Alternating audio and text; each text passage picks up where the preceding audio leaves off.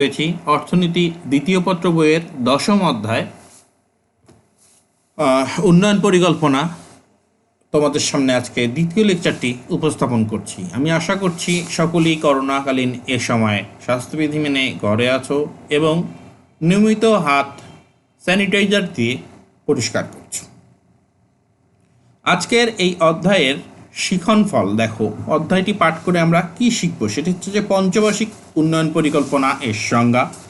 এর পরিপ্রেক্ষিতে আমরা শিখব যে প্রেক্ষিত উন্নয়ন পরিকল্পনা কী জিনিস, বাংলাদেশের প্রেক্ষিত উন্নয়ন পরিকল্পনা, বিভিন্ন পঞ্চবার্ষিক উন্নয়ন পরিকল্পনাসমূহ এর সংক্ষিপ্ত বিবরণ এবং বলছে উন্নয়ন পরিকল্পনার বাস্তবায়ন সমস্যা এবং সমাধান। এটি আমরা এর পরবর্তী লেকচারে দেখব, যদিও এখানে লেখা হয়ে গেছে, দেখো তোমরা আজকে। প্রথমে আমরা দেখি যে পঞ্চবার্ষিক উন্নয়ন পরিকল্পনাটি কী জিনিস। বলছে যে কোনো দেশেরই ধারাবাহিক উন্নয়নের জন্য অর্থনৈতিক উন্নয়নের উদ্দেশ্যে ছোট বড় অনেকগুলো উন্নয়ন পরিকল্পনার বাস্তবায়নের দরকার হয় এবং সেজন্য কয়েক বছর সময় লাগে। দেখো, বলছে কোনো দেশের অর্থনৈতিক এবং সামাজিক খাতের বিভিন্ন উন্নয়ন প্রকল্প ও কর্মসূচি প্রণয়ন ও বাস্তবায়নের জন্য 5 বছর মেয়াদী যে উন্নয়ন পরিকল্পনা করা হয় তাকে কি বলা হচ্ছে? পঞ্চবার্ষিক উন্নয়ন পরিকল্পনা। অর্থনৈতিক এবং সামাজিক খাতের বিভিন্ন উন্নয়ন প্রকল্প এবং কর্মসূচি, সেগুলোর প্রণয়ন এবং বাস্তবায়ন, এই হলো পরিকল্পনা। এবং এটার মেয়াদ কতদিন হবে? 5 বছর। এ পর্যন্ত দেশে 60টি উন্নয়ন পরিকল্পনা গ্রহণ করা হয়েছে, যেগুলোকে পঞ্চবার্ষিক উন্নয়ন পরিকল্পনা বলা হচ্ছে। আমরা দেখি সেগুলো কীরকম ছিল। যে আমরা জানি যে 1971 সালে 10 মাস রক্তক্ষয়ী সংগ্রামের মাধ্যমে 30 লক্ষ শহীদের আত্মত্যাগের বিনিময়ে এদেশের স্বাধীনতা অর্জন হয়েছিল। স্বাধীনতার পর বাংলাদেশের প্রথম যে পঞ্চবার্ষিক উন্নয়ন পরিকল্পনাটি প্রণয়ন করা হয় সেটি 1973 সালে প্রণয়ন করা হয়, যার মেয়াদ ছিল 1973 থেকে কত সাল পর্যন্ত হবে বলো তোমরা?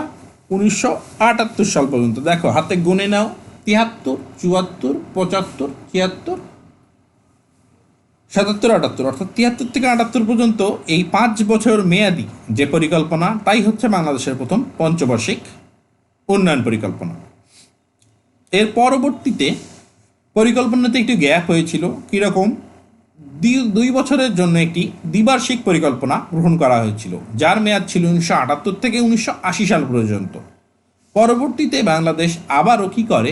উন্নয়ন পরিকল্পনার প্রয়োজনীয়তা অনুভব করে দ্বিতীয় পঞ্চবার্ষিক উন্নয়ন পরিকল্পনা গ্রহণ করে, যার মেয়াদ হয় 1980 থেকে 1985 সাল পর্যন্ত। তৃতীয় পঞ্চবার্ষিক উন্নয়ন পরিকল্পনার মেয়াদ হবে তাহলে কত? এর ক্রম অনুযায়ী হবে, দেখো তোমরা বলো তাহলে কত হবে? 1985 থেকে 1990।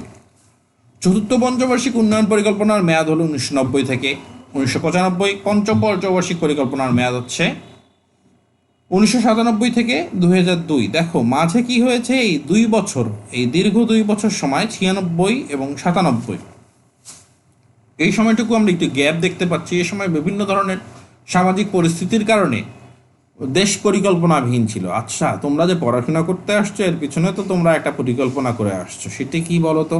সেটি হচ্ছে যে তোমাদেরকে এইচএসসি পরীক্ষা দিতে হবে এবং সেটিতে তোমরা কী করবে?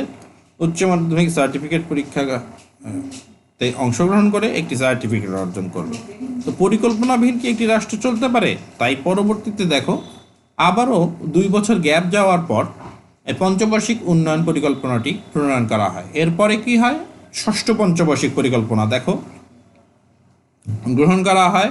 মাঝের সময়টুকুতে বাংলাদেশ PRSP নামক বিভিন্ন সংক্ষিপ্ত পরিকল্পনা বছরব্যাপী প্রণয়ন করতে থাকে, যদিও ষষ্ঠ পঞ্চবার্ষিক পরিকল্পনা বেশ দেরিতে প্রণয়ন করা হয়। পরবর্তীতে এর প্রয়োজনীয়তা অনুভব করে সেটি কত সাল থেকে কত সাল পর্যন্ত? 2011 থেকে 2015 সাল পর্যন্ত।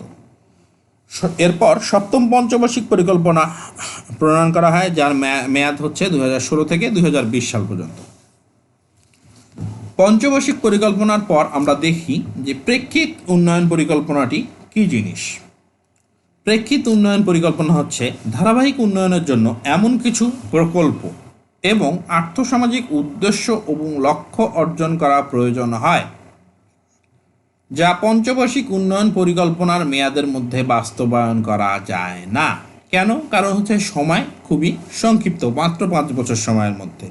সেজন্য আরও বেশি সময় ও ব্যাপকতর নীতি এবং কৌশল গ্রহণ কি হয়, অপরিহার্য হয়ে পড়ে। এসব দীর্ঘমেয়াদী প্রকল্প বাস্তবায়ন ও মৌলিক কিছু সামষ্টিক লক্ষ্য অর্জনের জন্য যে পরিকল্পনা প্রণীত হয় তাকে কি বলা হয়? প্রেক্ষিত উন্নয়ন পরিকল্পনা। অর্থাৎ 5 বছর মেয়াদী যে পরিকল্পনা, তাতে কি হচ্ছে, ধারাবাহিক উন্নয়ন করার জন্য সময়টি অপ্রতুল হয়ে যাচ্ছে। সেজন্য আরও বেশি সময় নিয়ে যে পরিকল্পনা গ্রহণ করা হয় এবং এর অধীনে যে নীতি এবং কৌশলসমূহ বাস্তবায়ন করা হয় তাকেই কি বলছি তাহলে আমরা? সেটি হচ্ছে প্রেক্ষিত উন্নয়ন পরিকল্পনা। বাংলাদেশের প্রেক্ষিত উন্নয়ন পরিকল্পনা দেখো, 2010 থেকে 2021 মেয়াদে এই প্রেক্ষিত উন্নয়ন পরিকল্পনাটি প্রণয়ন করা হয়। এই প্রেক্ষিত উন্নয়ন পরিকল্পনা, এতে বলা হচ্ছে যে এসব মৌলিক উন্নয়ন চ্যালেঞ্জের প্রেক্ষিত রূপকল্প বা ভিশন 2021 বাস্তবায়নের জন্য সরকার সম্প্রতি 2010 থেকে 2021 সময়ের জন্য একটি প্রেক্ষিত পরিকল্পনা প্রণয়ন করেছে। এই পরিকল্পনার উল্লেখযোগ্য উদ্দেশ্যসমূহ হচ্ছে নিম্নরূপ। এক কি? দেখো, একটি ধর্মনিরপেক্ষ, উদার, প্রগতিশীল এবং গণতান্ত্রিক রাষ্ট্র গঠন। 2 হচ্ছে দুর্নীতি দমন এবং সুশাসন প্রতিষ্ঠা। 3 হচ্ছে কি? দেখো, মানব সম্পদের উন্নয়ন। আমরা আগেই বলে আসলাম যে মানব সম্পদ কি হতে হবে? উন্নত হতে হবে। 4 নাম্বার বলা হচ্ছে যে একটি কার্যকর সামষ্টিক অর্থনৈতিক কৌশল গ্রহণ। 5 বলা হচ্ছে যে বিশ্বায়ন এবং আঞ্চলিক সমস্যাগুলোর মোকাবেলা করা প্রয়োজন। 6 নাম্বার বিদ্যুৎ এবং জ্বালানির পর্যাপ্ত সরবরাহ নিশ্চিত করতে হবে। এই উন্নয়ন পরিকল্পনা যদি সাফল্যের মুখ দেখতে হয়, তাহলে অবশ্যই বিদ্যুৎ এবং জ্বালানি খাতের যদি পর্যাপ্ত সরবরাহ না থাকে, তাহলে কি হবে না, এই পরিকল্পনাটির বাস্তবায়ন করা সম্ভব হবে না। এখন একটা পরিকল্পনা করলাম, দেখো এর পরের পয়েন্টে বলছি আমরা কি? খাদ্য নিরাপত্তা নিশ্চিতকরণ। যদি খাদ্য নিরাপত্তাই নিশ্চিত না থাকে, তাহলে বিভিন্ন ধরনের পরিকল্পনা করলেও সেগুলো কি সফল হবে বলে তোমরা মনে করো? এরপরের পয়েন্টে আমরা বলছি কি? পর্যাপ্ত অবকাঠামো সুবিধা নিশ্চিত করা। অবকাঠামোবিহীন পরিকল্পনা কখনো কি হতে পারে না, সফল করে তোলা সম্ভব হয় না। অবকাঠামোই যদি সুবিধা পর্যাপ্ত না থাকে বা অপ্রতুল অবকাঠামো থেকে থাকে, তাহলে পরিকল্পনা করলাম কিন্তু সেটি কি হলো না, অবকাঠামোর অভাবে তাকে বাস্তবে রূপ দিতে পারলাম না, তাহলে কি উন্নয়ন সম্ভব হবে বলে তোমরা মনে করো? আমাদের লক্ষিত অর্থনৈতিক উন্নয়ন করা। 9 নাম্বার পয়েন্টের আগে আমরা দেখি যে ডিজিটাল বাংলাদেশ গঠন। বর্তমানে আমরা পড়াশোনাই করছি, দেখো যে আমরা কোভিড-19 পরিস্থিতির কারণে শিক্ষার্থীদের থেকে দূরে থাকলেও কিভাবে তোমাদের সামনে আজকে এই লেকচারটি উপস্থাপন করতে সক্ষম হচ্ছি, এটি তো আমাদের ডিজিটাল বাংলাদেশ গঠনে এক ধাপ এগিয়ে যাওয়ার একটি নমুনা। 10 নম্বর পয়েন্টে আমরা বলছি যে বাংলাদেশকে মধ্যম আয়ের দেশে উন্নীত করো। এরপর আজকে